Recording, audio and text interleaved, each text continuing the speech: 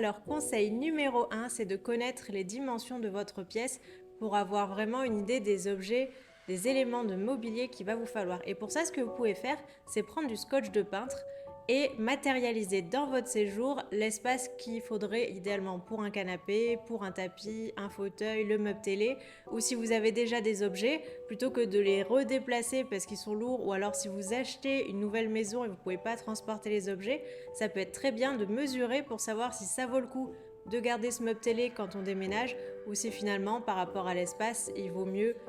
changer de mobilier pour opter pour une option qui sera plus adaptée au nouvel espace. C'est une astuce que j'utilise souvent en coaching déco avec mes clients, donc on regarde avec un scotch pour, dans l'espace, comment ça pourrait rendre si finalement le tapis on le mettait dans ce sens-là, la table ici, etc. Plutôt que de tout bouger, parce que des fois ça peut être compliqué, ou alors les espaces sont vides de base, ça permet aux gens de pouvoir se projeter. Et aussi, pourquoi est-ce que c'est important de connaître les dimensions des objets qui vont arriver chez vous? C'est pour faire votre shopping de façon raisonnable et éclairée. Comme ça, vous éviterez l'erreur que j'ai beaucoup vue chez les clients d'acheter un canapé qui en magasin, comme la pièce est très grande, on a l'impression qu'il va rentrer chez nous. Ça, c'est vraiment l'erreur numéro 1 que vous pouvez éviter assez facilement en connaissant les mesures de votre espace.